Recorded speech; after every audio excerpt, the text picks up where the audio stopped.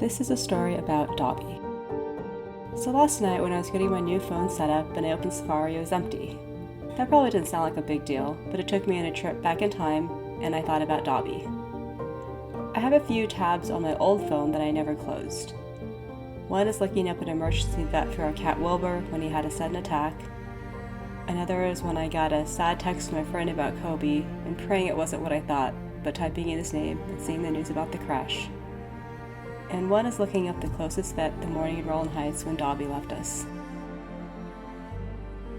He was lying on the ground in our bedroom and didn't seem like he was doing too well, so I was calling my mom to see if she could watch him while we were at work.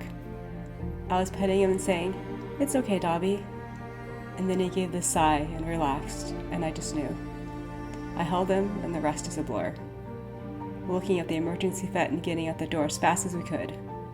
It was a cold, rainy day, and I ran with Dobby inside when we got there, and they took him back right away. But they came out a little while later to say they were sorry, but he was already gone. Crying, petting him, not quite understanding what had happened. It was our first day at our new job, and honestly, I don't know how I made it through that day. I couldn't think of anything but Dobby, and felt so much pain that I hadn't helped him sooner.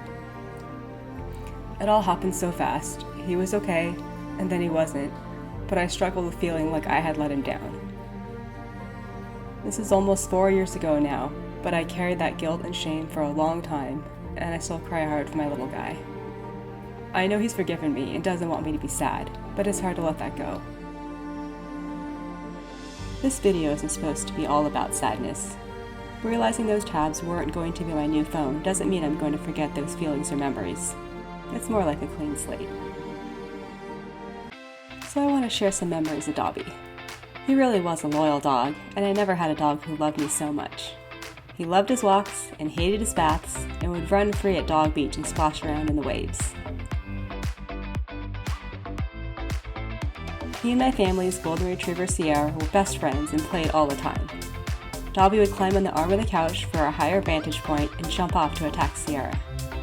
He tolerated our cats and accepted the daily beatdown Wilbur gave him each morning when we headed downstairs for their breakfast. He would growl and sound angry when he played with his toys, but that's just how he played.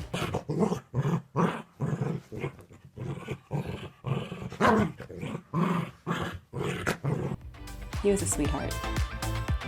He wasn't much of a snuggler, but he loved getting pet and scratched and would leave you the nice pile of fur after.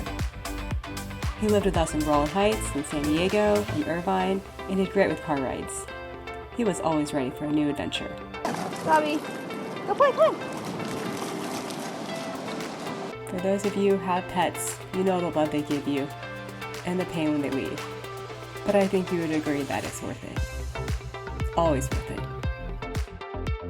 There's so much I could share about Dobby, and endless stories to tell. I just hope he knows how much we love him and that we gave him the best life we could. I think he knows. Love you, Dobby.